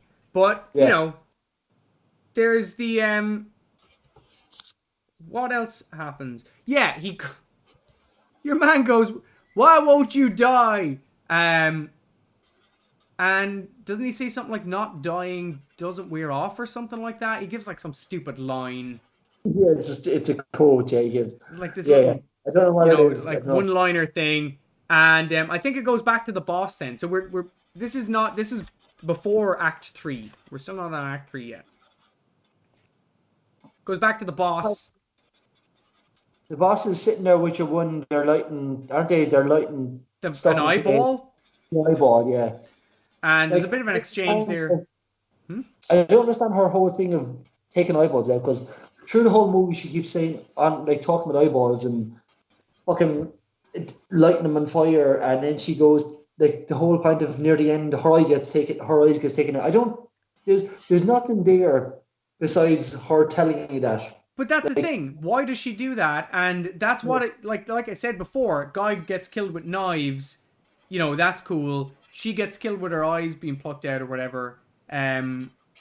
But then other people die in other really strange ways that have nothing to do with what they were. So it was kind of inconsistent. But yeah, yeah. after that, then I think doesn't the does he visit the police officer after this? Yeah, he goes, man, he's such a man, you still got your hat on. Hands him a beer. Yeah, In the like kitchen. he goes into his house, and I'm like, right. So by this stage, I'm thinking, does this man have like a time limit? Can he just live forever? Like he's just Yeah. chilling out with this police officer having a beer in his house. Was it not the stereotypical like at home in your underwear? Like I'm sorry, I would like in my own home, like I leaves his hat on, it's like the above boxer shorts. I'm like, no person does that. No person. No, I don't do that. I don't just walk around with fucking underwear. Like, you know what I mean? I do, Like, but yeah, but to me, it was Derry's nodding her head. To me, I'm it was laughing. I'm not nodding. I'm laughing. you're yeah, turning on my camera, Ryan. I'm not looking there. it's like old like policeman in his boxer shorts. Like, you know, do you ever see the movie? Do you ever see the show The Goldbergs? No, but my dad likes it. Jamie, It's your man that's a whole. from Curb Your Enthusiasm, the agent. Yeah. It's one of my favorite shows of all time. You would love it because it's just nostalgia. It's all about. Oh, I can't. We go into that now. I We'll, won't we'll start go talking into that, but yeah, no, I should check it out. But yeah, like that stereotypical dad or like retire or like kind of the cop on the beat after a Yeah, hard day, opening a beer and chilling out in his underwear. There's a part in this though that he's like Eric Draven is really sad and he goes to like go over to the chair. yeah. He's like, oh, I'm so sad. And I'm like, this is our hero, everyone. This is the hero. Like, it's not explained. Like, all of a sudden now he can like fucking see through your eyes. He can read minds. He Yeah. can read minds, and I'm like, why? Hang on, why? Yeah, like that's like But not, I don't. You don't need to tell me. I can just I can just feel your head, and that never comes back into it. not even the fact that he can read minds, but he can give you all his pain he's feeling when like I was like that was the only thing that for me I was like, okay, I don't understand why he did that. Like why that was He has the to whole. catch him up. You see, he has to catch him up with the story because he's such a crap cop. He still doesn't know what's going on. He's like, I've been sitting here drawing on photographs of dead people all day, hoping to find out if this guy's the Crow or not. Thank God the dead man arrived in my house, gave me a beer, and told me what the hell was going on, because I was never going to figure it out. So, yeah, it's a guy getting over breaking up. He's always. I have here like the guy that at the party no one wants to talk to. He's just a big, just like, will you go away? She's dead. You know, you're alive. Get over it. Take off the makeup. Get yourself a beer, and chill out. I think it goes back to the boss then at this time. There's more bosses. There's like He's where he's actually has the. You see him in the pawn shop owner in the place. Yeah, he's like having a bit of. He's getting jiggy with his sister, I think, at this point. Yeah. Yeah, that's great. It's a fucking weird situation. It's the weirdest thing ever. Your man turns around. The pawnbroker basically turns around and says, "Yeah, he came in and he had a bird with him," and I was like, "What? Hang on, did you just say he came in and he had a bird with him?" I was like, and nobody goes, "What?" Like, I think they say, "What do you mean a bird?" And that's about it. They go, that must be it. Yeah. It's like he had a bird with him. How do you know it was with him? How do you know it was just an outside? Like, it was just, again, one of those throwaway lines where I'm like, he had a bird with him. He had a What shotgun does she say? and a bird. I got the results back. I definitely have breast cancer. Dude. That's actually like it's interesting because at that time as well, like, he had a bird with him could totally mean he had another woman with him. He had a bird with him. All right. Yeah. There it is. Maybe not in America, actually. No, not in America. Now that you use the accent, yeah. But yeah, so then we have a little bit of a like playing guitar on top of a roof, doing a bit of I cringed so hard. Thank you, Darren. Hard. It was pretty cringy. It was like, and it wasn't even a good solo. I was like, yeah, just it was pretty cringy. It was. That really took me out of everything. It was like, oh, that was so bad. Just breaks the guitar. He like just fucking hops up the ground, and it took him like 9 times to hit the guitar off the fucking ground before it broke. But why? But that's not that weird. But why was he doing these things, playing guitar? He's like, because his feelings. But he's dead. Feelings. He's dead. Yeah. Like, I know it's his feelings. a bit ridiculous. But you know, it's not the fact that it's ridiculous. Look, I have no problem with being ridiculous, but it's ridiculous for, oh, you know what we need now? Him playing guitar on top of his roof. Oh, that would be cool. And that's it. That was the full idea extended. That would be cool. That would look really good. That's what it was. Yeah, and again, that's it. But it would look really good, and I think that's the whole premise of this movie. It looks cool. It doesn't look good. I don't think they thought about it like lasting like through the time, you know, like through years. What's the substance of it? Yeah, it didn't stand the test of time. Let's just say that. No, but they have all the proper things there to make the movie proper. But they just they don't do it, you know, very well. And then we're on to Act 3. So this is the part where he's all like reflecting and everything. He's like, you know, oh, I'm so sad. I've killed 2 people now. Only 2 more to go, and you're kind of halfway through the film. You have then number 3 and number 4 walking through the streets, and they do this table dance thing again, and you're like, okay, you know the thing, and I'm like, okay, that's, you know, identifying marks. We know it's those 2 guys. Fire it up. Fire it up. Fire it up. So I was thinking, okay, cool. So we're going to kill the both of these guys at the same time. You know, that would be really cool if he killed them both at the same time, maybe in the car or something. Nah, that doesn't happen at all. They do a bit of a car chase, and the car chase was good. That's another good thing that I would say. The car chase is pretty good. So it's T-Bird is your man who kills. He straps up in the. Yeah, like, see, this little bit is pretty good. Like, that bad guy, the actor guy, was pretty okay. I do feel like that's one of the scenes that Brandon Lee wasn't there for. That's it. You don't see him. You just see you see his hand in the car, and then it pans to like a really generic shot of his face, like, which could have been lifted from any sort of role that they took. So I do think that's one where they shot afterwards. Your man has strapped up a T-Bird. His name is David Patrick Kelly. He's a fucking great actor. He's very good.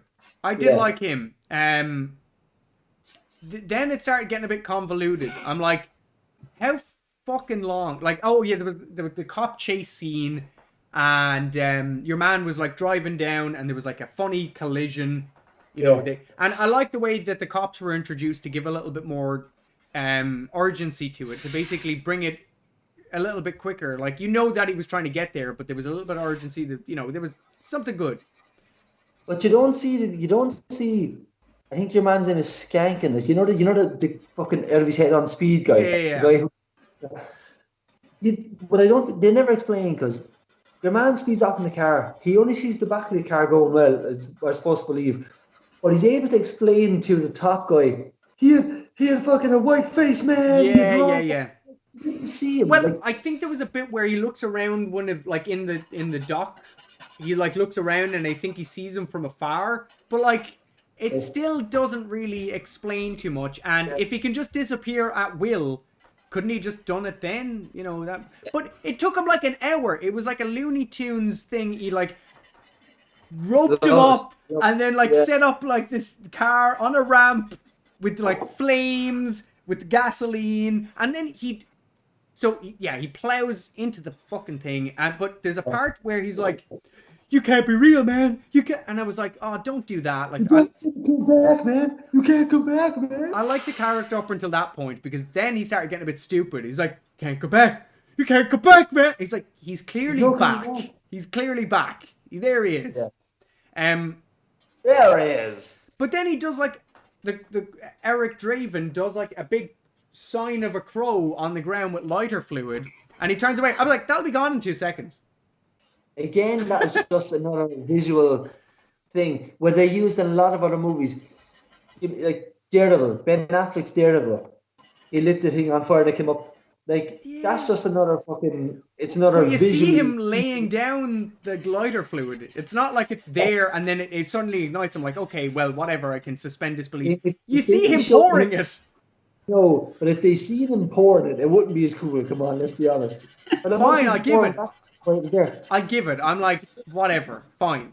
Okay. The rest of that scene was good. So let's... Let it go, dude. Let it go. Let it go. So... he was like a James Bond villain, basically. It was just a little bit too exaggerated, but I'll take it. I'll take it. Over the top, but whatever. And then, then we find the Candyman, that assistant guy, checking the grave.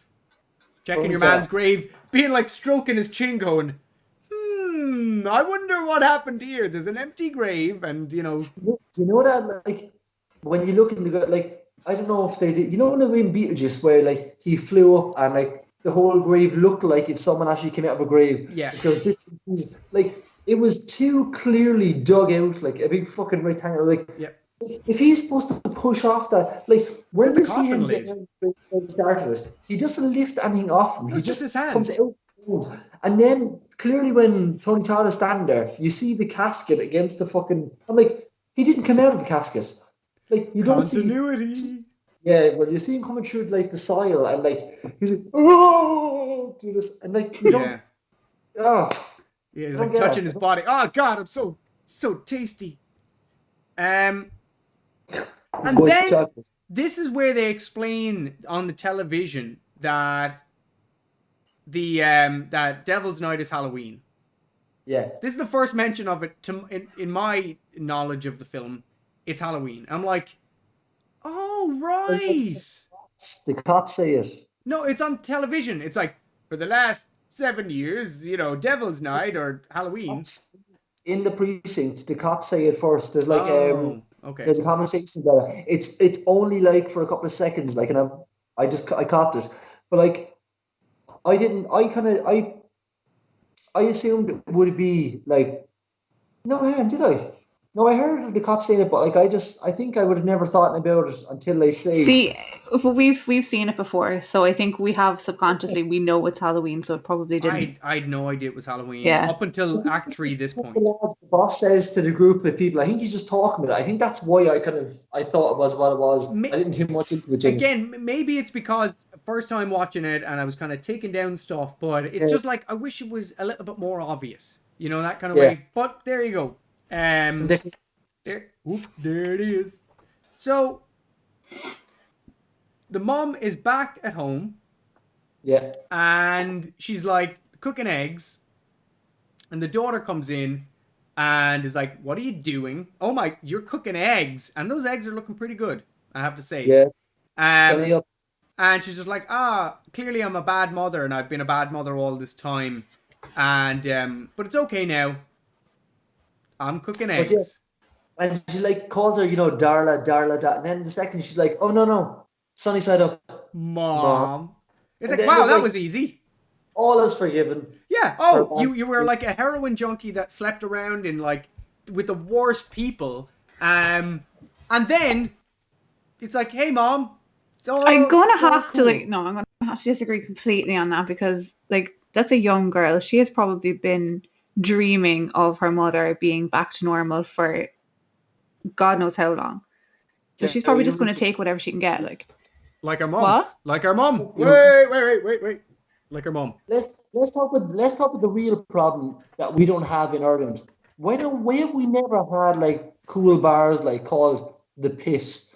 Why have we never had any real places like the Hole? The Hole. Or Binge Alley. Like in the place that they go is called the Pit. I mean, that's a fucking awesome place. I'd love to go to the Pit. Actually, really got Buffy vibes from that. Yes. From the bronze. Yes. I got a. See, that's a thing. It gave off some vibes of other things. There was like I said, RoboCop, that kind of a world. Buffy. David Boreanaz is our Angel. David Boreanaz, whatever the fuck his name is. He's the main villain in part 2. Oh yeah. Yeah, and he's fucking shocking. It's awful. Oh right. He's an awful actor. Yeah, he is. Oh, he's terrible. He's a really bad Not in actor. Buffy though. He plays a stone-faced vampire, so that's okay. Yeah, I think he was well directed in Buffy or something, but it's like it's before he was even in. I think it's before he was in Buffy, but it's just fucking shocking. Oh my god, it's painful. It was painful to watch now. So, the mom and the daughter, that's all resolved in like 2 seconds flat. That's all good to go. We're fine now. So we're obviously trying to wrap up everything, and I'm like, okay, we're kind of getting towards the end now at this stage. Your man, Eric Draven, goes back to the apartment and looks at a load of photos, and then starts burning the photos for some reason, and has some flashbacks again, and just cause your one comes in and she goes up to the apartment, and there's nobody living in there anymore. There's nobody living in the whole entire place anymore. No. So okay, it's a derelict building. Yeah, he's burning pictures. Yeah, he's burning pictures. But she comes in and she's like, I know you're in here because the pictures, and they have a nice hug. And then it literally gets into the next scene. It's like they have a hug, and it's like, and then cut, next scene.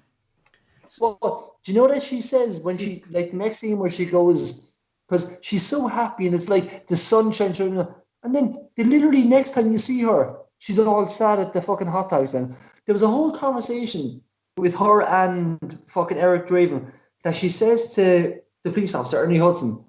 She says to him, he can't be my friend anymore because he's. I'm like, you're not showing that conversation. They didn't, like, that conversation was null and void. It was just not showing. Yeah, he can't be my friend anymore because I'm alive. Was that it or something? Yeah, I was like, oh, you stop it. Because I'm alive and he's dead. I'm like, stop. And then straight after that, he's like, do you see people? I seen somebody. I'm like, you just explained you can't be friends with them, but now you're saying you see somebody. So it should have been the opposite way around. They did that, God. Where they meet at the hot dog place. It's like, it's just crap. That's not a good. Hot dog place. It kind of reminded me of Blade Runner, when he's like sitting at the noodles, like that little what do you call them? Like a little caravan thing. That's good. It's grand. So it goes back to the boss, and I think this is where they reveal it's the bird. You have to get the bird. She knows that somehow. Yeah. Kill the bird, and I was like, kill the man. Why? Like, why? Who said that? And how do you know? And how do you know it's just not just a bird? But anyway, then we Who said that again? Who was the one that said that again? Was that the Asian sister? One. Yeah. Well, I think that plays into that whole like, she's Asian. I thought that. I was like, she's exotic. Yeah, she knows about crows. Yeah.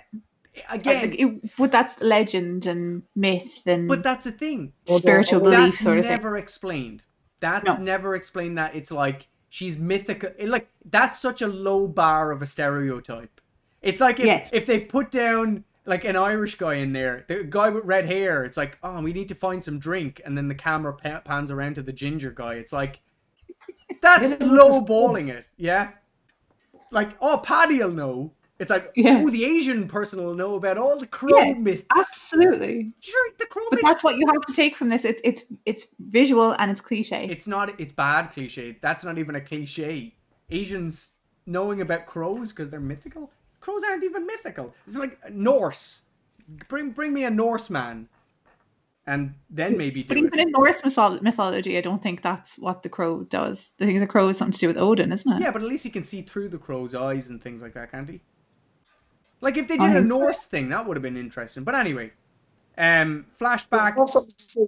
Like, I'm looking at the cast and crew of The Crow, and it says Jack Nicholson. Like, there's a picture of Jack Nicholson here. No, you're looking at the Jack, Raven. no, no, I'm on with The Crow. Jack Nicholson is not in the Crow. I just thought that myself. He's in the back, way in the back. It says, well, like Jack Nicholson would have been like a credible actor by then, wouldn't he? Yeah, he would have in the 1994. That's after Batman, sure. Dude, I'm telling you. No, Unless you just went, I don't want credit. please don't give me credit for that film. I shot Brandon Lee. So I did. he there's another flashback. There's a scene, the hugging back to the boss, and then he's fucking back on the roof again, wrecking that guitar, busting that guitar up on the roof because he's That's when he breaks that was such a it. great hug. He just needed to break it, the guitar that is. So then we're on to Act 4. We have one more person alive, and he's like the weediest of the lot. Like he's the crappiest of the lot. We're an hour and 9 minutes in, and I think we have about 35 minutes to go, or 30 minutes to go on it. We get the scene where it's an aerial view. Again, a good piece of cinematography. They're running up that big long table, and everybody is loading the guns. They're all loading up their guns. Remember that bit? Yes. Yeah, all the henchmen. And the boss is at the top of the table. And then the Crow comes in.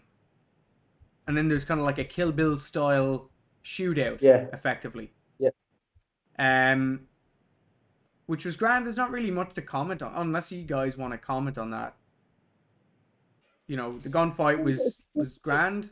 It's done pretty well. I think like that really, like the flips and stuff off the flips and stuff off the table, and you know, I just thought the whole your man, I don't know, Skank, whatever his name is, like hiding under the table and all that was just unnecessary. I know he's trying to get away, but like he grabs a girl at one stage and holds a gun to her head and leaves her go before Randy even gets to him, and he like pushes her away, like not too badly, just away and runs. I'm like, there's no like.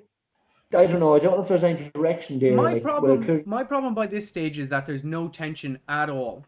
He's not going to die. He's going to go in there and just kill everybody. And I'm just like, I wish there was a little bit more to us. tension. Yeah. Like by this stage, he's killed everybody he's needed to kill effectively. And does your man die? No, the guy dies in this, doesn't he? Yeah. So he's killed everybody he needs to now at this stage, and the main bad guy gets away. Yeah. And I was like, okay. And then he actually says that he has kidnapped the girl. What was that, Darren? He actually says he's not after that guy as well, doesn't he? No, Dicey says he goes. He just wants your man skanking him. And says, well, you can't have him. He says, I'll see a major decision. What happens is he would have never gone after the fuck his name? Top? I don't know. The vampire looking guy. He would have never gone after him if he hadn't have actually taken the girl. He did take the girl, yeah, and it was like, why did you do that? Why did you Because he obviously wanted to make him pay for killing his whole group. So this is revenge on revenge. Like, again, this is probably the moral of this story. It's like, just stop taking revenge, because people are just going to end up taking revenge on you for taking revenge. It's just that... Maybe that's what the eye thing is about. An eye for an eye. An eye for an eye, and the whole world is blind. Hey, that would have made sense if someone was blind, except for the Asian one, and that didn't make any sense. But she became blind. She became blind. So there's some rolling lights there, and then your man, four guys dead.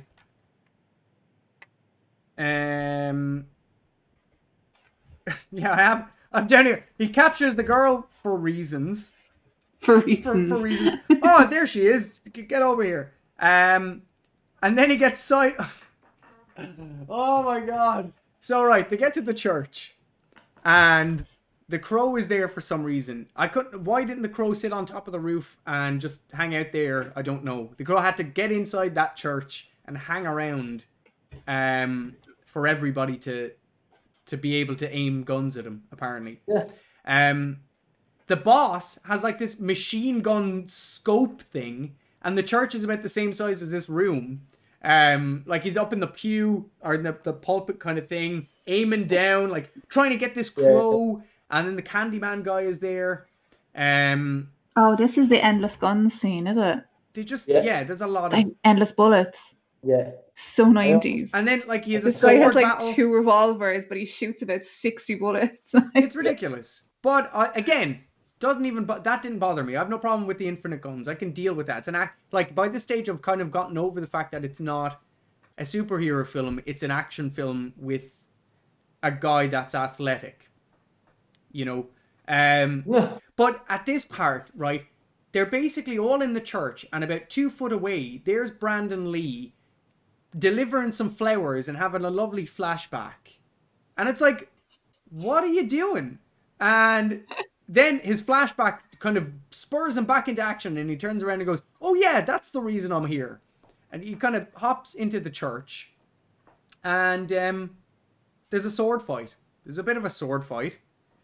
Yeah. Because, again, they established that he's not Japanese, but he has swords. No. He has a sword, and Brandon Lee takes off like a cross, and he fights. He fights. You know, when he takes the cross off, does his hands not get burnt? See, this is the thing. Is he God? Like, did the crow send down from the God? Is he a demon? I think he's like a messenger of vengeance. I think he's vengeance. It's pure vengeance, what it is. But I think that's what it is. I think because when he does grab the cross and breaks it off, you see he's smoking off his hands. Really? Like he does. Yeah, he does. Yeah. See, they could have said like Lucifer's angel or something. Just give me a little bit of something. Like you know, fair enough. I didn't see the burning of the cross, but yeah, it didn't affect him that much. He was still able to fend him off for a bit, but he got stabbed. Did he get? Why would he even sword if it's not going to hurt him? Like, you know? Yeah, actually, yeah, he doesn't even feel pain. So why does it matter?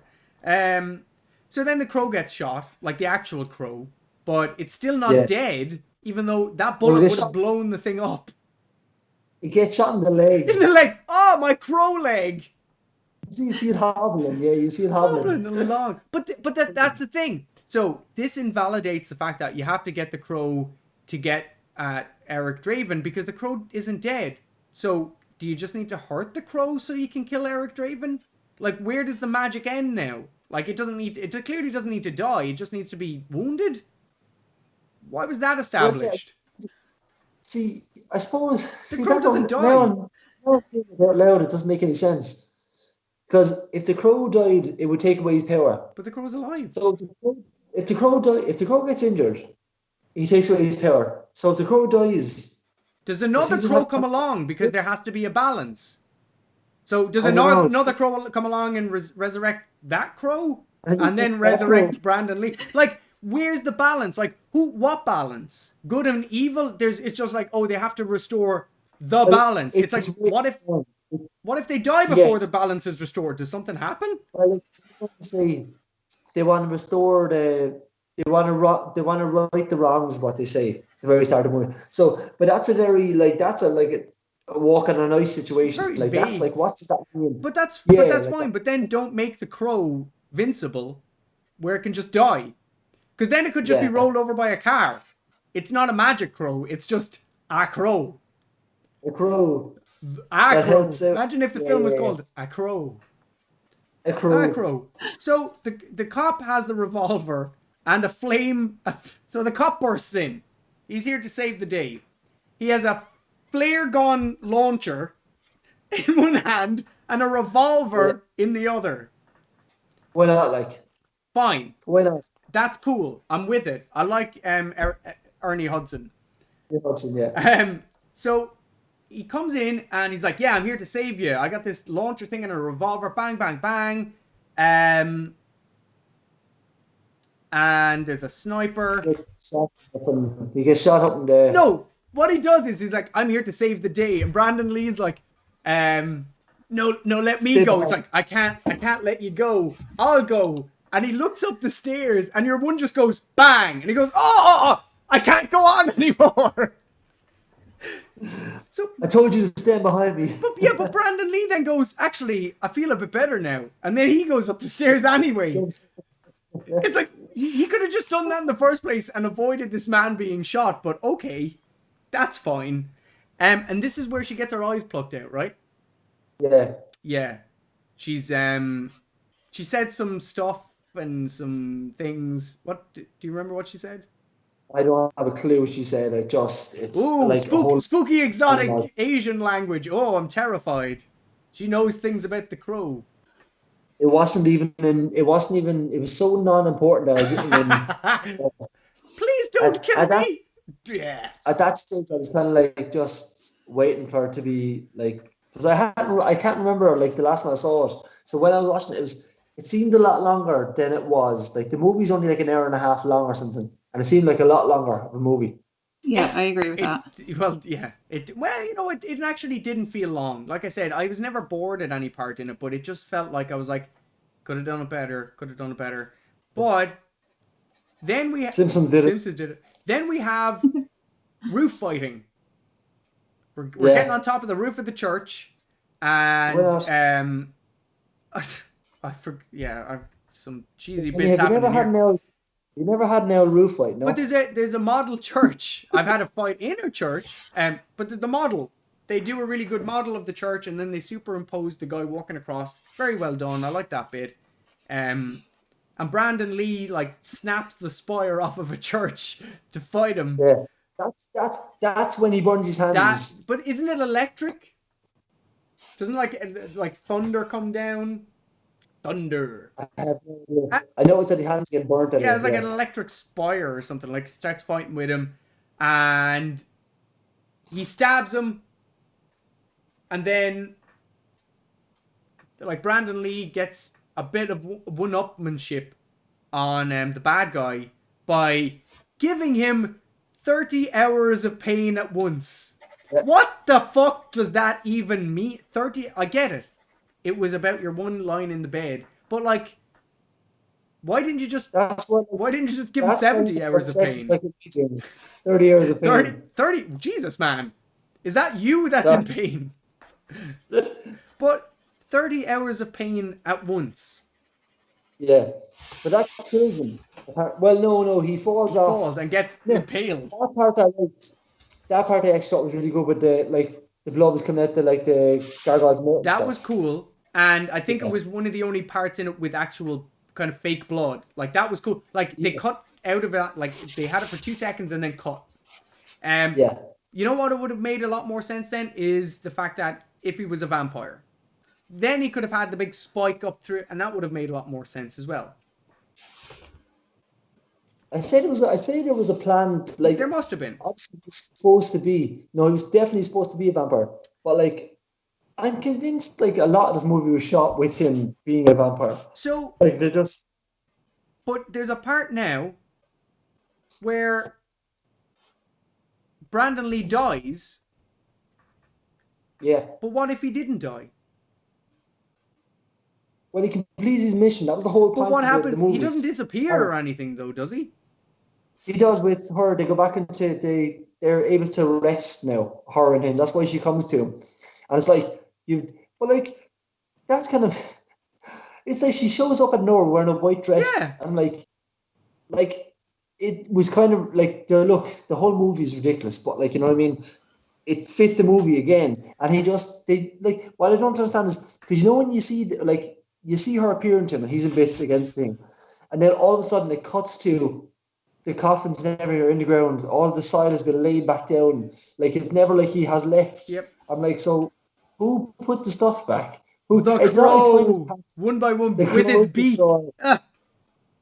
He shoveled it. So, overall, it was a fine movie. And you know what? I'm glad I went in with no expectations, because I knew I probably wouldn't have enjoyed it. And it was good.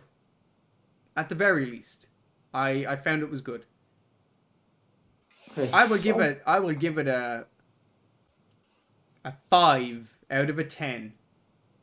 Okay. I'd probably give it about.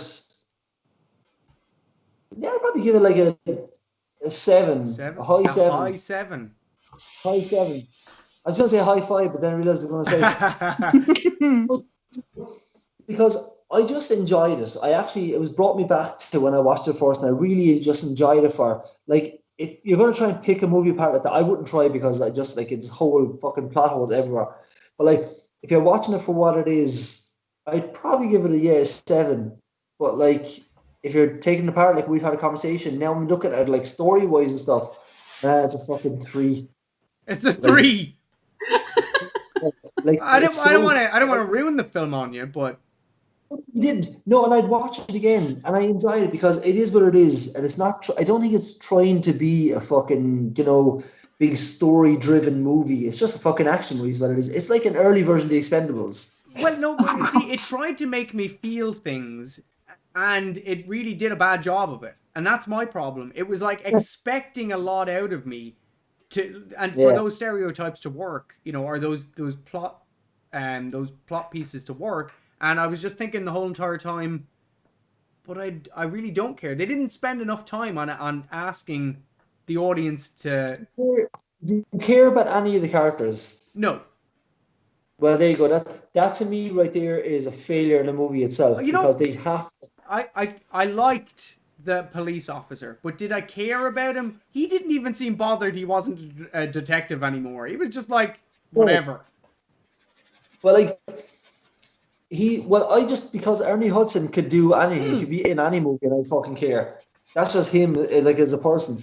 But like when you can't root for the hero of the movie, then you know your movie's fucked. I just think like when I think of The Crow, when Derry mentioned, I was like, oh yeah, that's a cool movie. I never thought straight away about this is such a good story or it's such a like the action is no. I just thought that's cool. And Yeah. like it's only like visually like look at the Nightmare Before Christmas. Look at fucking Up, like the Disney movie Up. The first 5 minutes of that movie is probably the greatest love story of all time. Yeah, but if we're Oh, Like don't God. You're crying like straight away in we that can't, movie. we like The Crow was not done, in my opinion, in a very like I said, it was done like a TV show. Like the cinematography wasn't like it wasn't very inventive. Like it did sharp cuts. There was no the yeah, music was all right. Um, but I think hmm, I think somebody had a great idea and it just wasn't executed I well. need to read the That's comics. probably why there's been so many revisits and Yeah, remakes because people are sitting around like us talking about, oh, missed potential. yeah. Could we do it better? And I think that's probably why it's been done to death at this stage. Yeah, but even further on, we get to the second movie. I can't remember the guy's actor. I can't remember the actors though. But the guy kind of looked like he's actually an Indian actor, but he kind of looked like Brandon Lee, and they kind of had the same deal except for him and his son got killed. And then there's another movie, and that was bad. It was bad. They got from worst, bigger budget. They got, but the newest one they made was with Edward Furlong. I've heard of that. Who is that guy? American History X and Terminator and Oh the yeah, yeah. Unflag. I can't even. I can't. 10 minutes. 10 minutes. All I can take Oh really? is like he had given up as a. He's after giving up as an actor. He looked. He like put on loads of weight. It wasn't even the weight, but as you know, put on weight and like there was no makeup done. It was just there was no white face paint. It was just the black little eyeliner Okay. and black lips. They tried to make it more of a goth. There was no absolutely no fucking story. It was a real goth fucking story, and I was like, no, I'm not here for this all. Then they made the show. The show was cancelled after 8 episodes. Was it a good It show? was that Oh, bad. was it bad? It Well, was fucking terrible. It if was Eric Draven dressed up as the makeup with the Crow because he and his girlfriend had that mask thing together, why are the other people putting on the makeup?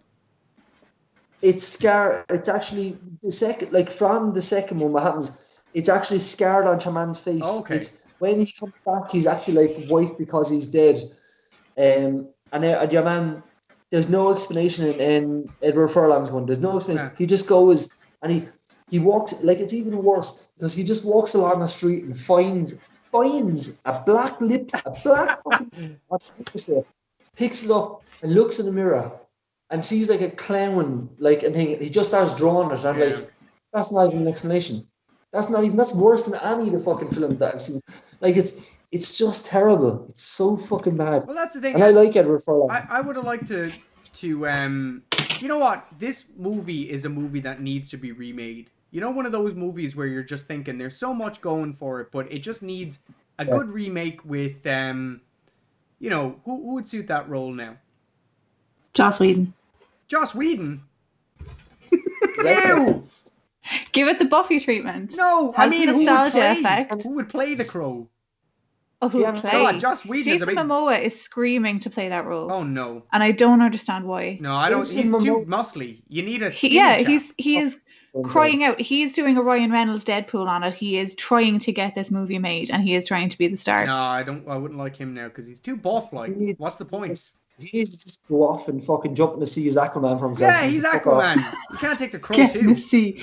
Do you know who would be good? Kid Harington. Who's Kid Harington? No. What? Just because he has black curly hair? I was waiting to see what you say. You know your man, Kylo Ren. Yeah, he could. Yeah, He has that Yeah, that awkward works. look of him. You know, that kind of a way. yeah, He looks like he'd have like he'd be like a rock starry kind of type. yeah. Do you know who they would probably get to play? Not a Timothy Oliphant, whatever. Timothy the fuck his name is. Oliphant. He's like 50. No, Timothy Chamberlain or whatever the fuck his name is. Chamberlain. Oh shit. Shabigawigga. You know what I'm on about, right? Creme brulee. I do. I know who you're on about. Yeah, I can't think of his actual pronunciation of his What has he name. been in? Loads of he's a fucking massive actor. He's like, one of those like the male Saoirse Ronan type thing at the moment. Like he's that exactly. kind of All right. dramatic Exactly. actor. He was with Saoirse Ronan in something. I've no idea. Yeah, he was at the last 3 or 4 movies with her. He was in. Oh really? Was it like Arthur or fucking something to do with knights or something? He was like Excalibur or something. He was in. He was like the lead fucking guy. That's a But great apparently film, is Excalibur. He's like Hollywood's fucking newest big thing, like. So yeah, I think I don't know. I think you know, unless there's any more additions, I think I've ragged on about the Crow a lot. No, and I'm good, man. I just there's not. I have to commend your commitment to not calling the main character the Crow. Who, me? He's Or not the at name the least- Crow. Yeah, exactly. That's why I made it at the start. Because like, You did a very good job of sticking to that. yeah, I kept out Eric Draven, Mr. Eric, Brandon Lee. He isn't the Crow because the Crow is the animal in it. Yeah. Yeah, but and I don't think a lot of people got that. I think because it's never said in it that he is the Crow. Like, so it obviously the Crow is. Is the Crow? I would never. It's a Crow. I would never. But I would just call him the Crow because I thought that's who he was. But He's he not. keeps But saying it's to the people- Dr. Frankenstein effect. But he keeps telling Yeah. people, my name is Eric Draven. You know, it is the Doctor. Yeah, it's like Frankenstein's monster. He's the Crow's dead guy. He's like the Crow is the guy holding the strings, man. He's like the Pinocchio. He's the Geppetto of the Crow He's world. Eric Draven. Oh my god. So, are we done, Derry? How's it looking? I think I'm about done. Probably needs a little bit of refining on the shading, but That's looking I pretty think you fantastic. get the gist. Yeah. Thank you very much. We film these on Monday. And it'll be once a week. And we'll stick it up probably on a Tuesday after we've had a look at it. And, you know, I haven't said anything too offensive. And yeah. So thanks for joining us. Hopefully we'll see you soon. And, you know, if we have any more suggestions, feel free to comment down below. There'll be more descriptions. And, yeah, if you have any movie suggestions of yourself, stick it in. So, yeah, we've been Real Shade. I'll catch you later. Bye.